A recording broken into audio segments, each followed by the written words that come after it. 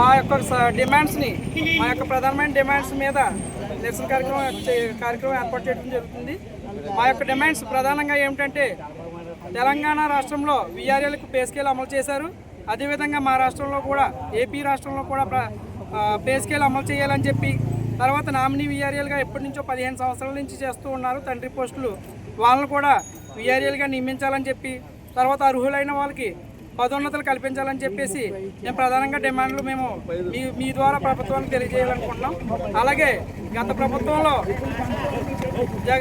YCP ప్రభుత్వం వచ్చిన వెంటనే జగన్ గారు 15,000 రూపాయలు చేస్తానని మాట ఇచ్చారు. అది చెయ్యకపోగా 300 రూపాయలు డిఏ గత ప్రభుత్వం 2018లో తెలుగుదేశం ప్రభుత్వంగా పెంచారు. ఆ 300 డిఏని 3 సంవత్సరాలకు గాను 10,200 చొప్పున ప్రతి వీఆర్ఏ దగ్గర వెనక్కి కట్టించుకున్నారు వైసీపీ ప్రభుత్వం.